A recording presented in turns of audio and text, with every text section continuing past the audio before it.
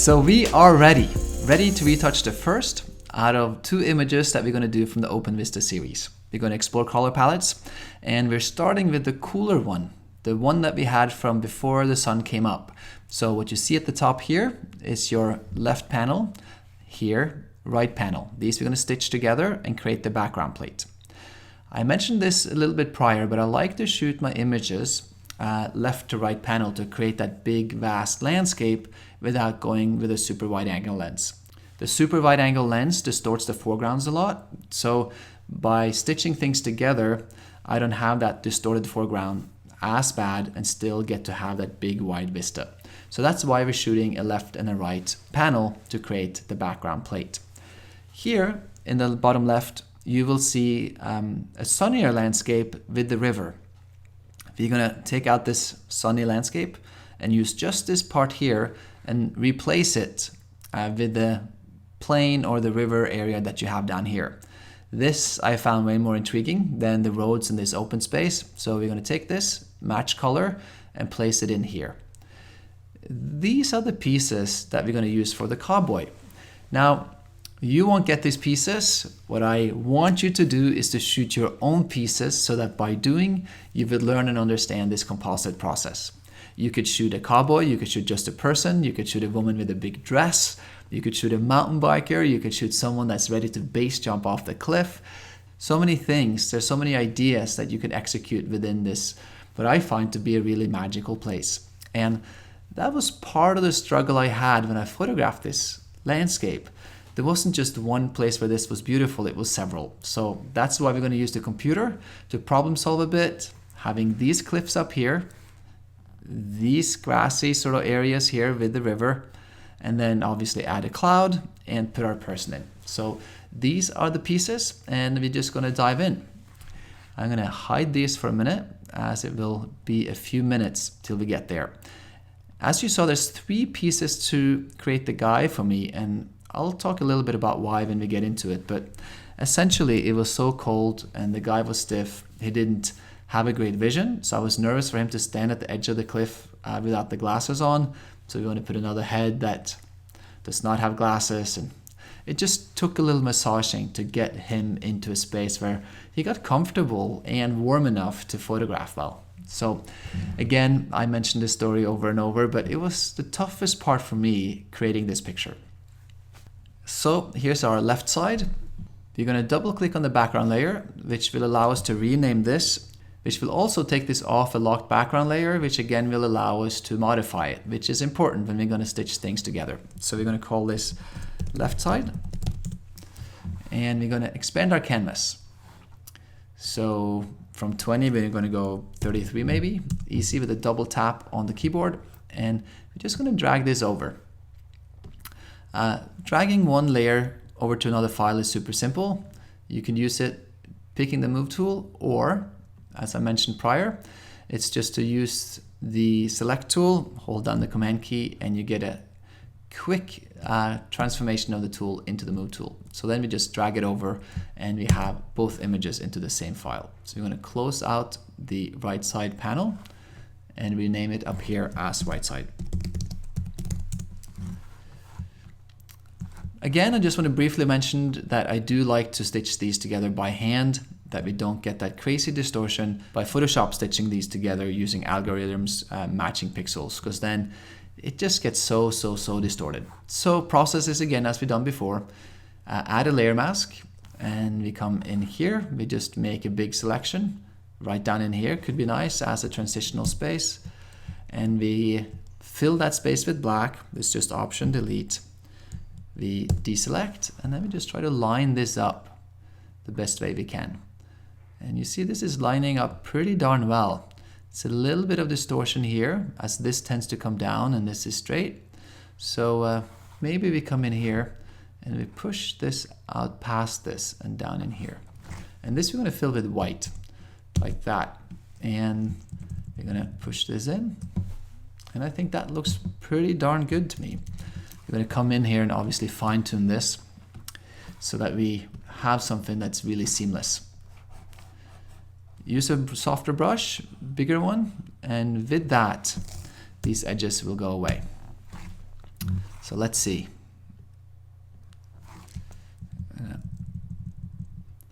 So what's going to happen is we're going to have different blending points at different stages of this file. So down here, you see it blends pretty much perfectly right there. Not so much here, and it gets worse and worse as we move upwards. So I think maybe we're going to try to modify the file a tiny bit to help us out, so you don't have to paint too much in there. So just going to come up here to distort, and maybe we'll do skew.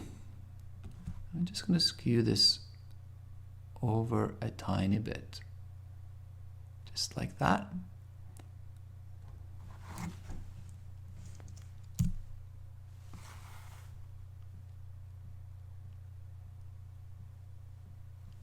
You're going to make it a tiny bit bigger.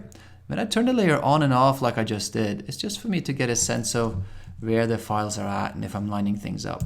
So a quick turn on, turn off, and we're going to do that again. And it's starting to feel pretty good. As I'm doing this, I see that the right side feels a tiny bit brighter than the left. So we're going to come into our curves. We're going to pull our curve down just a tiny, tiny bit. And we're going to anchor it to the layer right underneath. And we're going to use our arrow keys to push the curve up.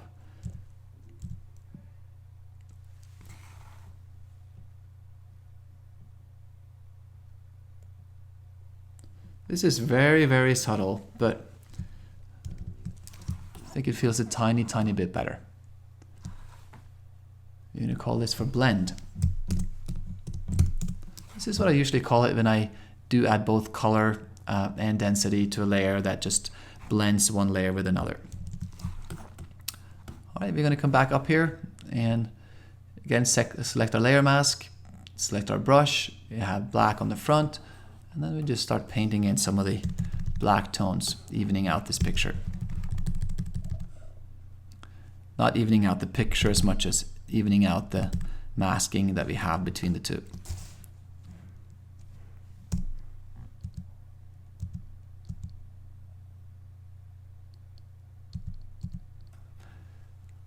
We're actually so close in this that it's almost hard to see where that edge travels. So what I'm using is the backslash key, which will give me a red highlight on where the mask travels, and that will allow me to see it a little bit better.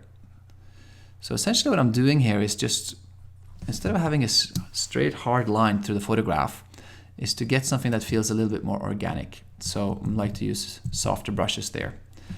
And you saw me move the files a little closer so that the rocks line up here.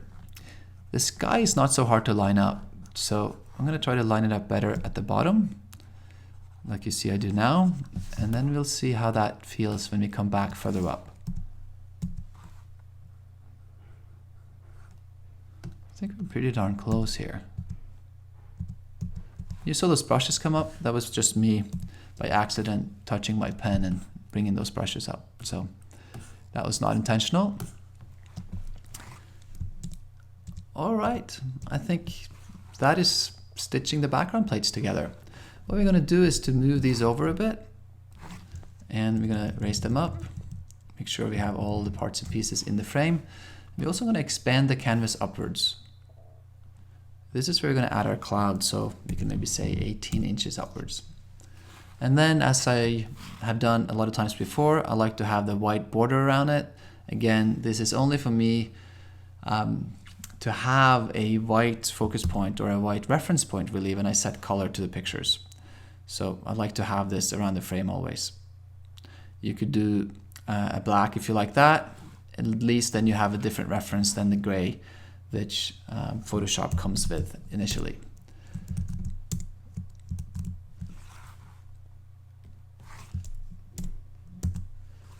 So I had black on both these layers. If you click this, you will reset this to black and white, because you could always come in there and you could pick colors and you could set it to red and white. Click this, you get back to black and white. And if you do this, you will change the foreground and background color. So some quick little tools right in here for using these color pickers and these settings right here. So quickly, we have built our background plate. We're going to introduce our sky. Now, when looking for a sky, it's always important to consider the light direction. We always want to look for a sky that has a similar or equal light quality and light direction as the background plate. So what I showed you a little bit earlier is this sky down in here, which you see has pretty much exactly the same tonality. And what we need to do here is just to match the color tone. We have a light pink down in here, barely any light on the sky, and the same happens right in here. Light pink in the tones, and then there's no light in the sky. So we're going to pull this in there, and just about here. How about that for now? There. We're going to pull this underneath our crop layer, and then we're going to just turn it off for now as we try to select this edge. We're going to give our sky a layer mask, but then we're going to come in underneath it, and we're going to just use our magic wand and start there and see what it does. I'm going to come in here a little bit closer. I'm going to do this at maybe 14. Give us a little bit more tolerance, so we select a little bit more pixels.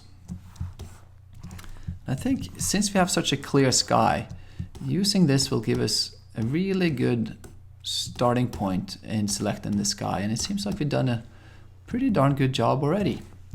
So let's zoom out a little bit, make sure that we grab all these pieces up here. We're going to again hold down the shift key, which allows us to add to the already existing selections that we have. So with the larger select tool, hold down the shift key, and we just select a larger area. Now we have the whole sky selected. So what's missing here now is a little bit of a feather. The mountains aren't 100% sharp, so we'll as I see now, we get closer, there's a few pieces here that we have not selected, so let's just make sure we have those in here. As I mentioned, the thing that was missing is a little bit of a feather to the selection, so these small little pieces that we were just catching in here will probably be included as we start feathering this. But there's not a crisp edge along these mountains. Fairly crisp, but not 100%. So what we want to do is to feather it a tiny bit so that we get a softness to the selection that matches the edge of the mountain. So we're going to hit Command H again so we can see what we're doing. Within the selected area, we hold down the Control key, which gives us the pull down menu. We're going to select Feather, and maybe we'll start with 0.5, and we hit OK. Then we can turn our sky layer on again. We're going to hit Command-Shift-I for inversion, and then we're going to fill that with black. So that again is Option Delete, which fills with the foreground color, and now we have a sky within our frame. We're going to unlink the sky and its mask, and we can then, I'm going to deselect first, then we can sort of move our sky within the frame, and we can just see where that fits. I'm going to push it to this corner here, and I'm going to call this for our crop, and then we're going to pull this in a bit. You don't need to see all this stuff. So about there maybe even more, like that. This will allow me to move, return. This will allow me to move the sky all the way over to the right side of our frame, just about there. We can actually crop this out. And just for now, let's give ourselves a little bit more space on the top. And we're gonna stretch our crop mask so that we can include the new area right in there. Just gonna select this outer edge and fill that with white there, so that we have a clean white exterior of the frame. And even this sky being bluer, this does not feel so bad to me. It's actually more in tune with the bottom of the frame that we have. This is more magenta-like, pinkish almost, same as this. And coming from this to this, we have created a more monochromatic color palette instantly by changing skies. And I'm quite happy already. So a few things for me looking at this. There are some dots down in here, and there are these white spots right in here. And before we start treating a lot of color to this, I just want to take some of these away because I know they're going to be distracting as we move forward. So underneath any of these blends or any adjustment layers, we're going to add a layer, and we're going to call this for, let me see, white dots in landscape removal.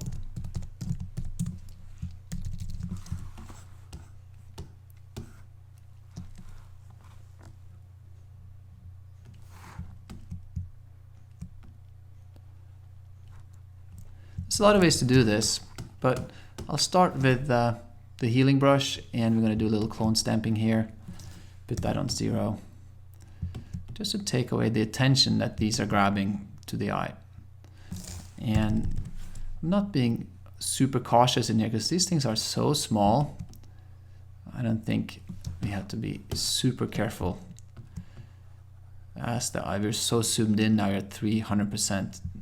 When we see this on the screen at some point, we're never gonna see the details in this. We're gonna see the white spots though, so that's why we wanna try to remove them sooner rather than later. There's a big one here and a big one here, and here and here. So before I go into retouching these out, I'm gonna try to just maybe use a curve and see if we can tone them down instead.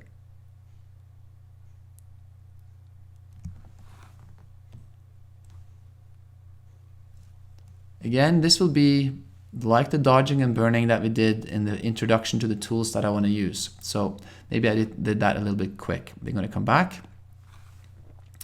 We use my lasso tool. I just select the area.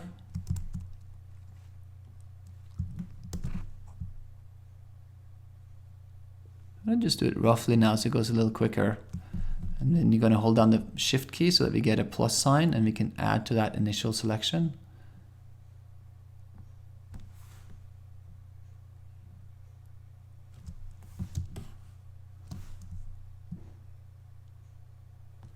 So I'll start with these areas. So now that we have the areas that we want to burn down and take away attention from, we come to our curves.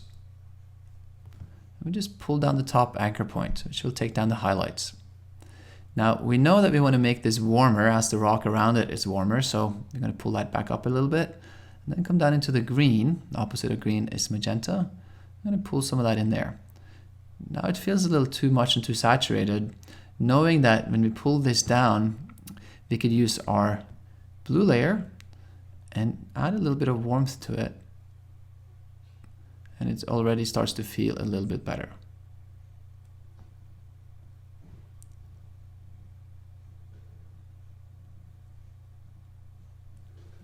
All right.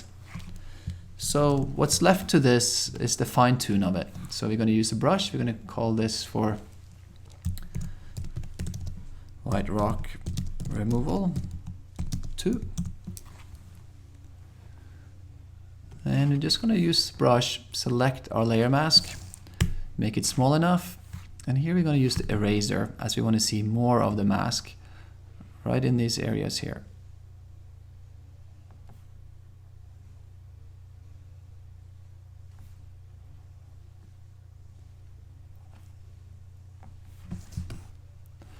Obviously, where the mask goes on the outside, things will go a lot darker than we want it. So then we're going to come into the brush.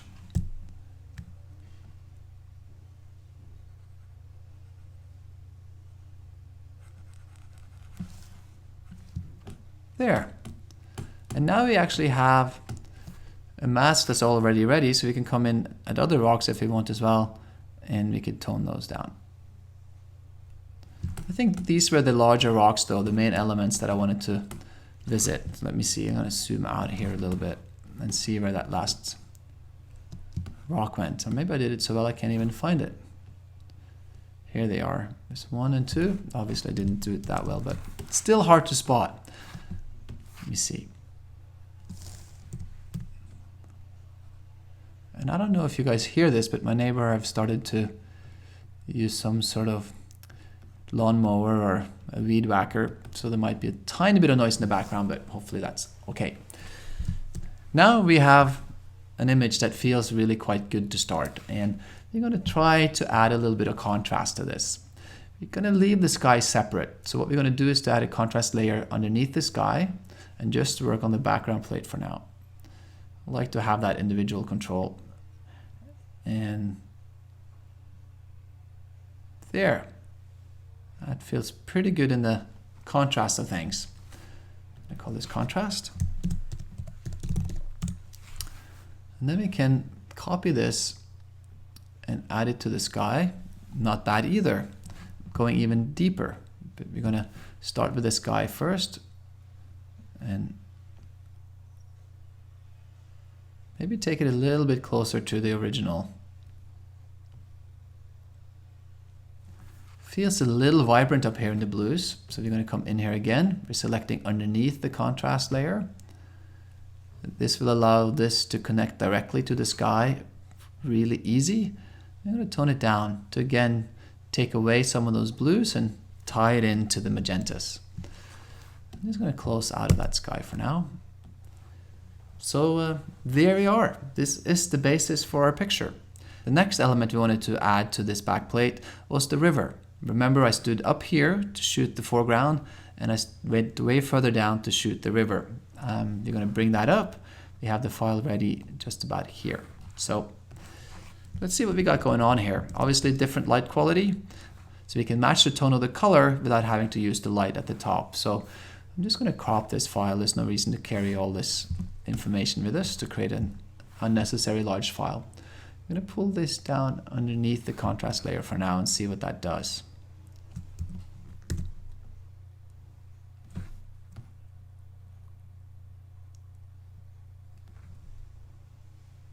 I'm just going to make this a tiny bit smaller. Maybe right in here.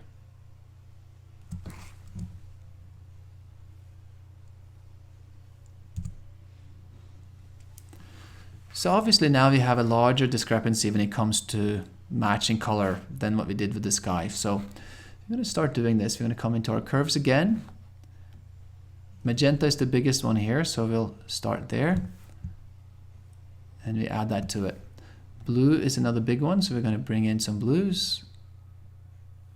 And maybe it's blue more than magenta, so let's come back down to the green layer and just see what that does. How about there for now? We're going to call this for color.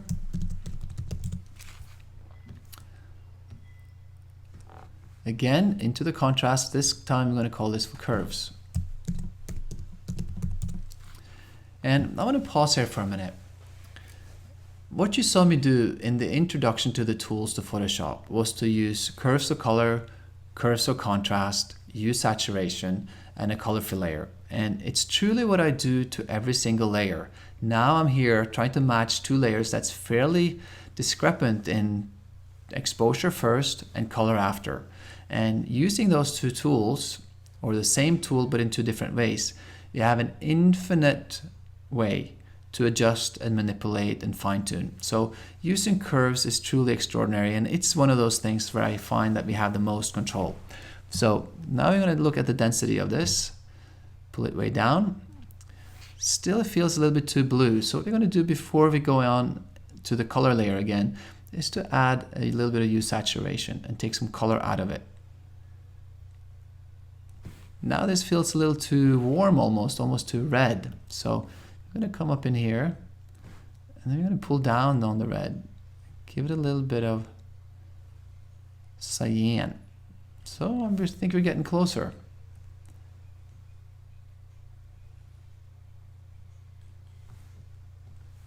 So this is always going to be a little bit of back and forth like this. And now we see these rocks here are starting to blend into each other. A little bit too reddish maybe, so I'm going to come back into our red layer. Sorry, I'm not going to do it right here because this is the contrast. We're going to come up here and we're going to come into our red layer and pull this down a little bit. Now, so what I'm looking at essentially is this blend right here. where the rocks sit and the rocks sit, and see if I could find something that feels good before we start masking it out. And I think we're there. We're going to make this a contrast. And to our layer, we're going to call this for river. We're going to add a layer mask, and then we're going to start cutting this out. It's easy right in here. Just do something that's straight across. Again, I'm using my lasso tool, creating an anchor point and just pulling it across, connecting the dots so we have one area, and that area I'm going to fill with Option Delete with black, and we're going to deselect and see how that sits. In this area where there's a clean sort of edge to connect things, you see this still feels a little too warm. So in here though, it doesn't feel so bad, but let's try to add a little bit of blue still and see what that does. Now it feels too red, so as we add blue, we might be able to pull this down a bit. And now, truly feel like we're getting really darn close in between these, and it's just to mask it out. I'm going to turn the layer off for a minute and turn it back on. And I like this rock in here as an anchor point, and I also like this grass here. So why don't we just start with maybe keeping some of this stuff and just taking these away.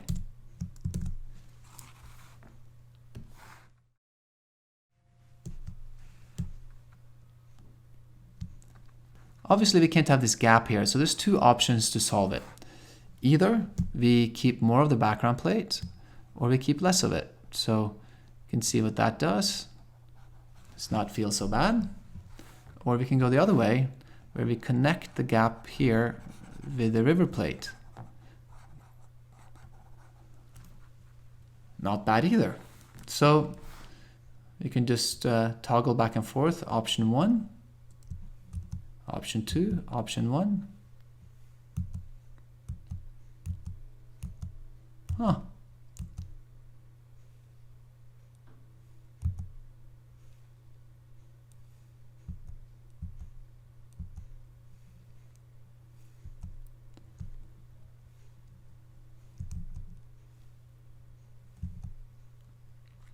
I think I like some of these. It's not bad, but it doesn't quite connect. So maybe I'm going to push this frame in a little bit. I do like this river right there though. So I want to try to see that. So yeah, maybe just keep it where it is. Let me see.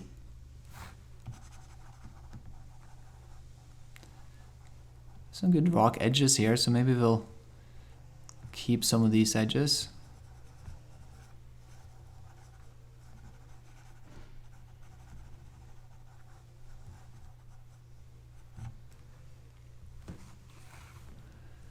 If I do want to keep these, there's also going to be issues with pulling in this area and deleting this road in here. So I just make some judgments now in what's easier for me. Do we keep this stuff because there's an easy blend right here? Or do I like that gap and the drama almost of that? This definitely flattened out the foreground quite a bit. So let me see.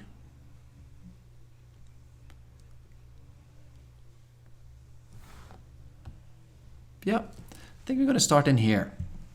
I'm going to zoom in a bit and see if we could find a place right in here where it sits pretty good. And that does not look bad at all. So I think we're in a good place already.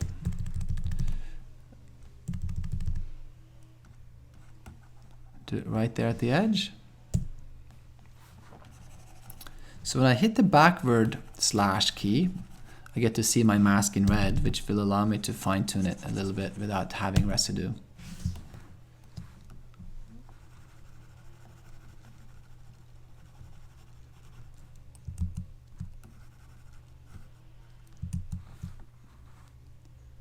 So in seeing this, I think I want to put this river lower.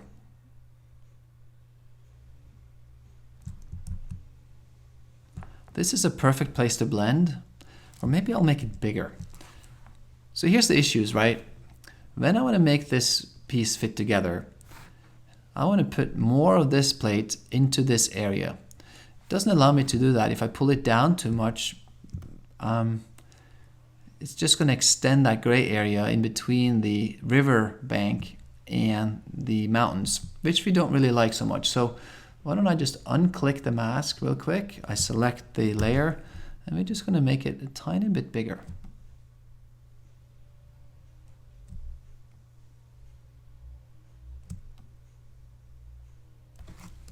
Right about there.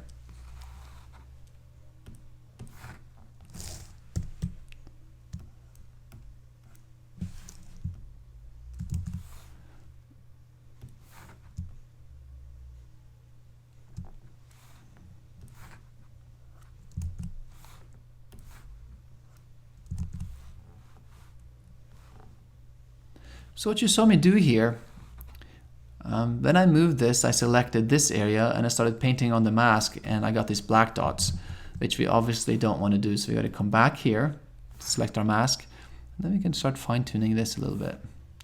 Again, I'm just exploring back and forth. Which are the ones I want to keep? Do I want to keep the original, or do I want to keep the new river piece that we put in?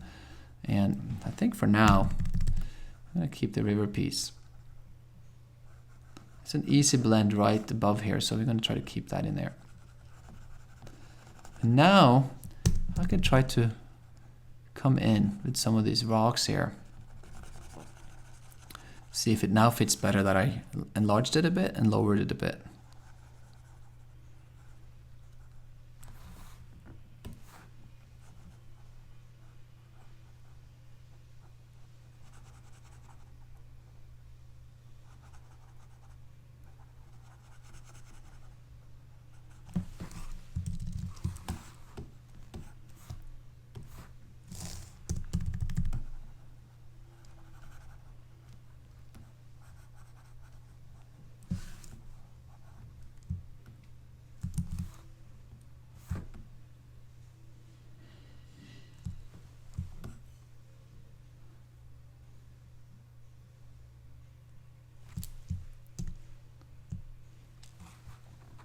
So now that I pulled this down, I see that the connection here is quite nice.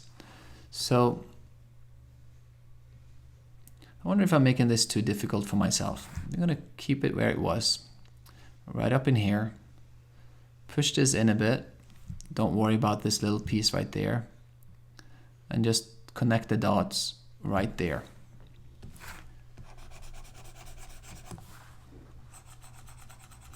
I'm going to take away a lot of this. So sorry for the little back and forth here, but this is what Photoshop truly is to me. It's finding a blend between elements that feels really good. And with that, of course, comes a lot of exploring. So I'm going to start right in here. It was about where we were. And then we just got to find a way to retouch that road out, maybe introduce some of that river, maybe even take that river piece that I was kind of enjoying behind here and push it in. So I'm going to take this piece here and just go copy, Command-Shift paste, it's just pasting in place, and then see if we could just move this out. And there we have that little river piece.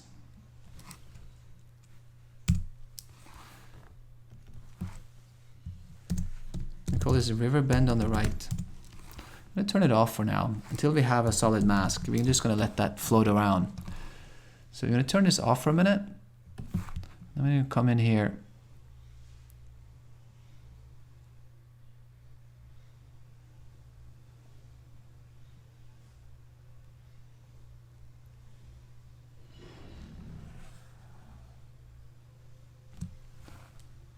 I'm going to turn the layer on, and then we have a mask here we can paint into.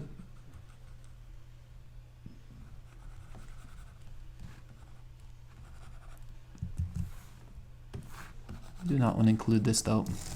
So I'm going to cut that off right where that grass starts, and then find a way to blend these two together.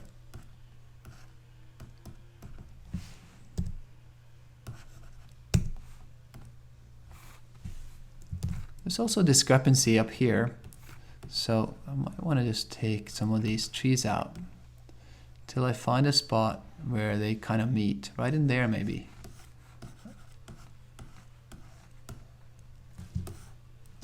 There's also a density difference here. So between this area, which matches up in density here, and this area, there's a little bit of a discrepancy. So to match that perfectly, we're going to come down here, and make our brush bigger, and paint another quick mask right in this area to make a better blend. Invert that selection, select our curves. This area we will now dodge, and you can just pull it down until the two sits together, just about there.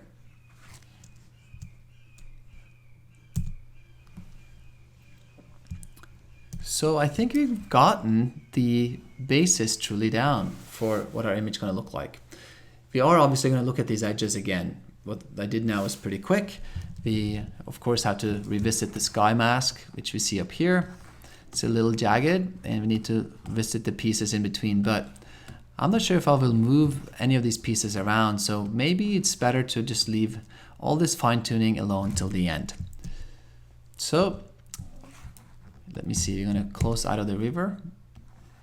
So this is the quick background build. The left and right panel from how I see my landscapes when I photograph them without that really wide angle distortion. I saw other elements that I felt were better in the same location that didn't quite fit with the main perspective I wanted. So we added that, which was the river. And then it was finding a cloud that we liked. Now, let me see if I could show you a different option on cloud, because I did explore the clouds quite a bit. And let's revisit that for a minute. You're going to open recent and we're going to go into sky 2. And I'm going to show you this sky, which I felt also could work for this picture. Before I pull this in there, I want you again to notice the color palette in the sky and the color palette we have going on here. No light on the horizon, which we have here, no light in here, but there's still a sun hitting the top in the sky, which we also have here with the sun just about to hit the mountains. So we have a very similar light quality from a similar light perspective. In this instance, it's slightly more side lit, but since we don't have any light on the background plate, if you have a little bit side light, it doesn't quite matter. For the later version, when the sun starts to hit the top of the mountain, this cloud would not quite work because this is so directional from the right. So just keep that in mind. Look for the same light quality, look for the same light direction for the tone and the color palette. Now, I have modified this a little bit, but intrinsically, these are the same light quality and palette. So we're going to click here. We're going to find our sky. We're going to link these together and we're going to make a sky layer.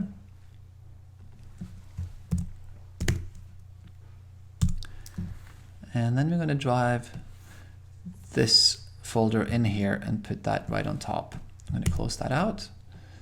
And to quickly make our selection, we're just going to come and hit the command key and hover over it, and that will give us our selection.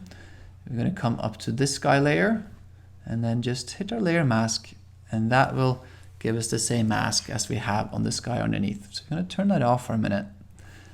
And we're going to come into our folder, and these are the layers that I use to adjust the tone here a little bit. I'm going to just take those off for a minute.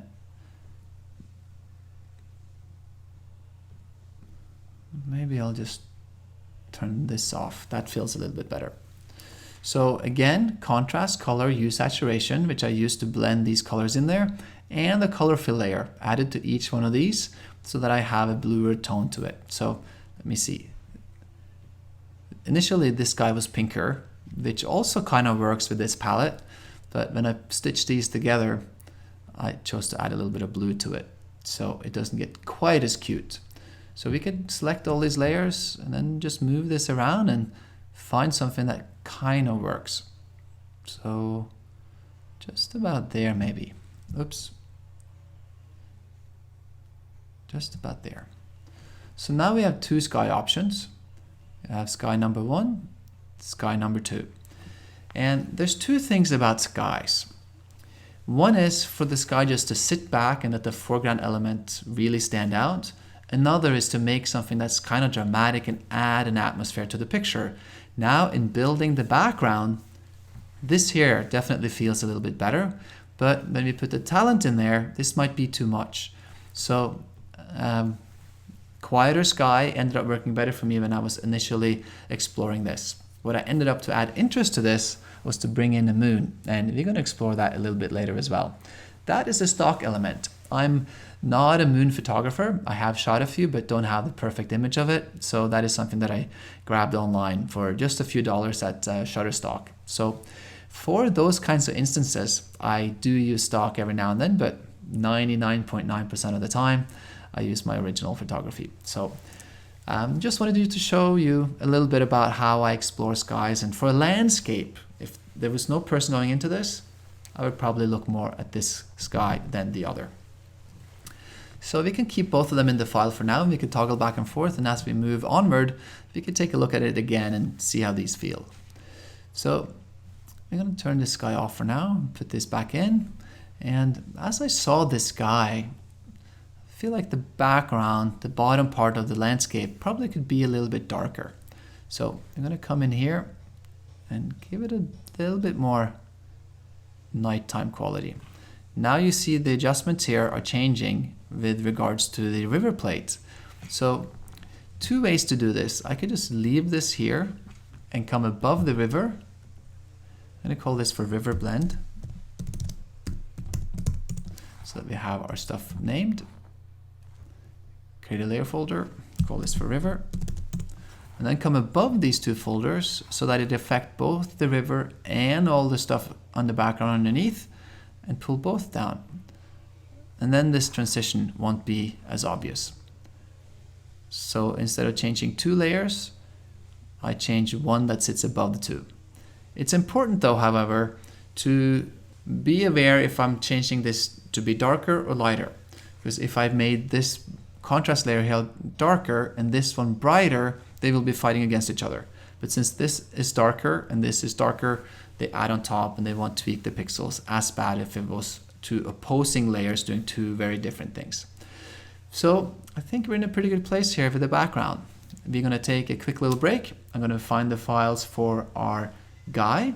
Hopefully you followed along so far. Maybe you even have shot your piece for your foreground element, and we're going to put that in there. So obviously we're going to massage this, make it better, add the moon, fine tune it. But we're going to take a quick break, add our foreground element, and I'll see you soon.